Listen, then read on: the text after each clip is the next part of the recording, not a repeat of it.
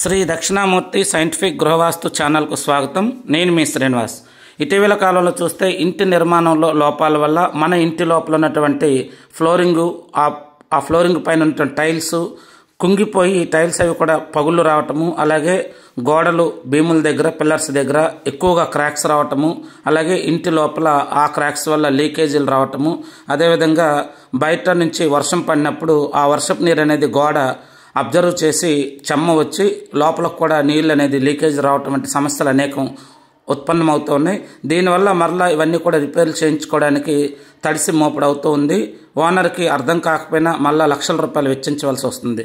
దీని అంతటికి గల కారణం ఏంటంటే మొట్టమొదటి బేస్మెంట్ నుంచే చాలామంది కక్కుర్తి పడుతూ ఉంటారు. మేస్త్రులు కావచ్చు, లేదా ఇంటి ఓనర్లు కావచ్చు, లేదంటే బిల్డర్స్ కావచ్చు. ఇటీవల కాలంలో ఏం చేస్తున్నారంటే తొందరగా పని అయిపోవాలి, అదేవిధంగా తక్కువ ఖర్చులో ఇల్లు నిర్మాణం అయిపోవాలని కక్కుర్తిపడి ఈ బేస్మెంట్ దగ్గర వాళ్ళు చాలా వరకు లోపాలు చేస్తూ ఉన్నారు. అవసరం అనుకుంటే మన ఇంట్లో టైల్స్ తక్కువ క్వాలిటీ వేసుకోవచ్చు, లేదా ఫాల్ సీలింగ్ వంటివి తక్కువ క్వాలిటీ వేసుకోవచ్చు. అలాగే లైట్స్ ఇటువంటికి అనవసరమైన ఖర్చులు పెట్టుకునే కంటే ముందు బేస్మెంట్ మీదే మనసు అనేది పెడితే చక్కగా భవిష్యత్తులో మీకు కుంగిపోవడం ఉండదు, టైల్స్ అనేవి భూమి అనేది కుంగడం ఉండదు, ఈ విధంగా అలాగే క్రాక్స్ రావడం ఉండదు. చూడండి, ఈ ఇంటికి సంబంధించిన నిర్మాణంలోని చక్కగా ఏ రూమ్కి ఆ రూమ్ బేస్మెంట్ వేసుకున్నారు. బేస్మెంట్ వేసిన తర్వాత అంటే మనకి రోడ్డు నుంచి ఎంత హైట్ వస్తుందో అంత హైట్ ముందుగా బేస్మెంట్ అంతా వేశారు.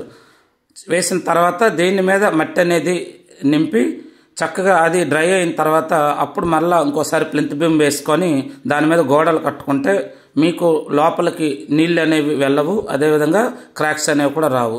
ఇక్కడ చూస్తున్నారు కదా, చాలామంది ఏం చేస్తున్నారంటే ఇటీవల కాలం నిర్మాణంలోని ఓన్లీ ఇంటికి సంబంధించినటువంటి 4 వైపులా మదర్ వాళ్ళకు మాత్రమే పునాది వేస్తూ ఉన్నారు. పునాది వేసి దాని మీద ఫుల్గా మట్టి అంతా నింపేస్తారు. మట్టి అంతా నింపిన తర్వాత ఆ మట్టి మీదే ప్లింత్ బీమ్లు వేసి గోడలు కడుతున్నారు.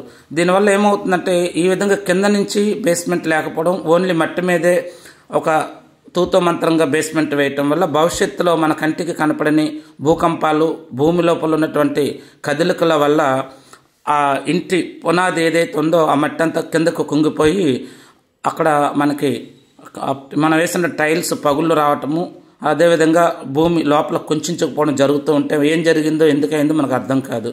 ఈ విధంగా ఏ గదికి ఆ గదికి మాత్రం చక్కగా బేస్మెంట్ వేసుకొని ఎంత హైట్ కావాలో అంత హైట్ ముందు మనం వీలైతే కొండరాయి దొరికితే కొండరాయితో నిర్మాణం చేసుకోండి బేస్మెంట్, లేదంటే ఈ విధంగా ఇటుకలతో కూడా బేస్మెంట్ నిర్మాణం చేసుకొని చక్కగా మళ్ళీ ఒక ప్లింత్ బీమ్ వేసుకుని గోడలు కట్టుకున్న తర్వాత మీకు క్రాక్స్ రాకుండా ఉండాలంటే ప్రతి పిల్లర్కి ఎక్కడైతే ఇటుక లాస్ట్ ఉంటే గోడ కట్టేటప్పుడు ప్రతి పిల్లర్ పక్కన ఒక మెస్ అనేది వేసుకోండి.